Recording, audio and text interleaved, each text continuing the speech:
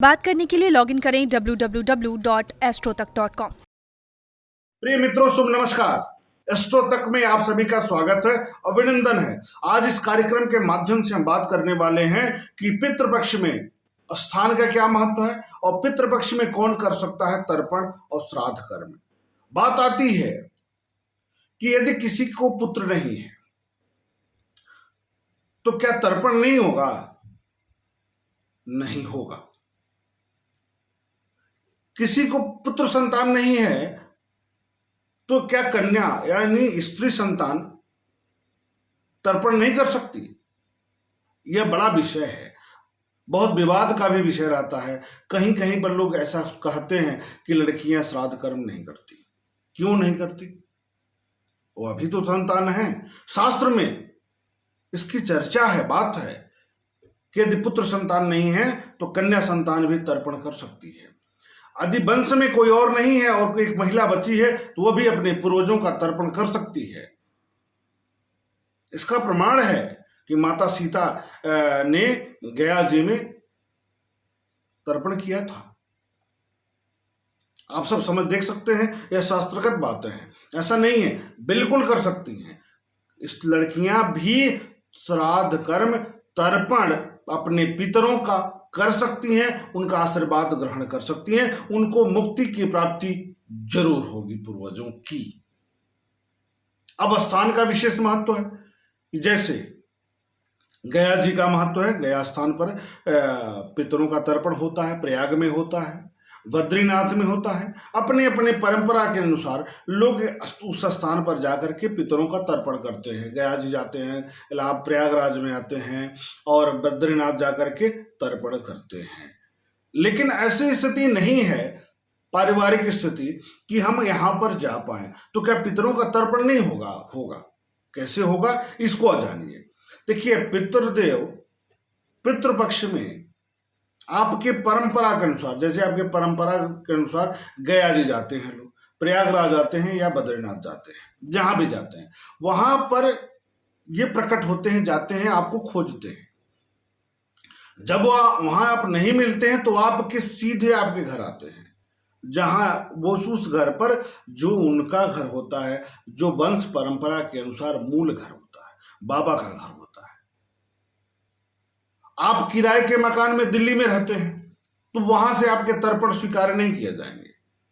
आपको इस अवधि में नहीं गया जा रहे हैं, नहीं प्रयाग जा रहे हैं, नहीं आप बद्रीनाथ जा रहे हैं, तो आप अपने मूल घर पहुंच जाइए और वहां पर श्रद्धा भाव के साथ पितरों का तर्पण करिए। निश्चित तौर पर आपके तर्पण को वे स्वीकार करेंगे, आपके श्रद्धा भाव से किए गए कर्म को वे स्वीकार करेंगे और आपको आशीर्वाद प्रदान करेंगे। इसमें दो राय नहीं है।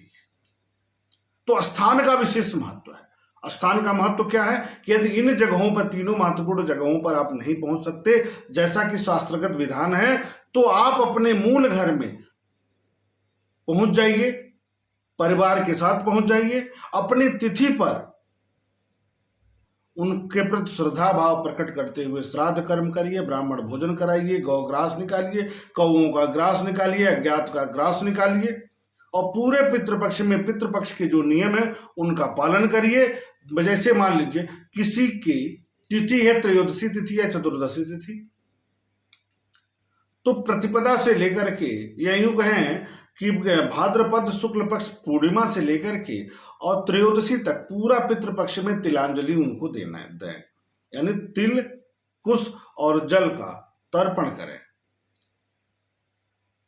उनके प्रति मन में श्रद्धा भाव प्रकट करें, उनको याद करते रहें और तिथि पर ब्राह्मण भोजन कराते हैं, गौग्रास निकालते हैं, सारी चीजें करें तो निश्चित तौर पर उनका आशीर्वाद प्राप्त होगा। ऐसा नहीं है कि आप बद्रीनाथ नहीं गए और आप अपने घर पर कर रहे हैं तो आपको आशीर्वाद प्राप्त नहीं हुआ। बिल्कुल आशीर्वाद प्राप्त होगा, क्योंकि किसी न किसी रूप में घर आते हैं तो आएंगे तो वहां प्राप्त कर लेंगे। लेकिन दूसरी बात, यह बात तो उनके लिए है जो लोग नहीं जा पाते, जिनकी आर्थिक स्थिति इतनी नहीं है कि वो इन जगहों पर जाकर के तर्पण कर पाए, ऐसे पारिवारिक माहौल नहीं है जो यहां जा पाए, तो वे लोग करें। न कि जो योग्य हैं, जिनके पास संसाधन है, जो जा पाएंगे, अगर वे नहीं जाते तब खराब बात है, तब नकारात्मक प्रभाव मिलने की संभावना बढ़ जाएंगी।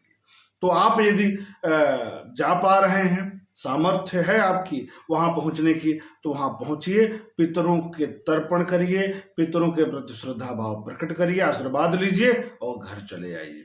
पितृदेव जब संतुष्ट होते हैं तो धन दौलत में वृद्धि होती है, संतान में पुत्र संतान की प्राप्ति होती है। संतान में स्त्री कन्या की बात नहीं, स्त्री और पुरुष की बात नहीं हो रही है, बात हो रही है संतान सुख की प्राप्ति होती है और योग्य संतान सुख की प्राप्ति होती है। संतान के जीवन में किसी प्रकार का कोई अनिष्ट है तो उसका निवारण भी हो जाता है, इसलिए महत्वपूर्ण हो जाता है पितरों का तर्पण श्राद्ध श्रद्धा भाव के साथ। तो हम उम्मीद करते हैं कि आप इन नियमों का पालन करेंगे और पितृदेव को प्रसन्न करेंगे। आपका यशगान हो, पितरों का आशीर्वाद आपको प्राप्त हो, इसी कामना के साथ शुभ नमस्कार।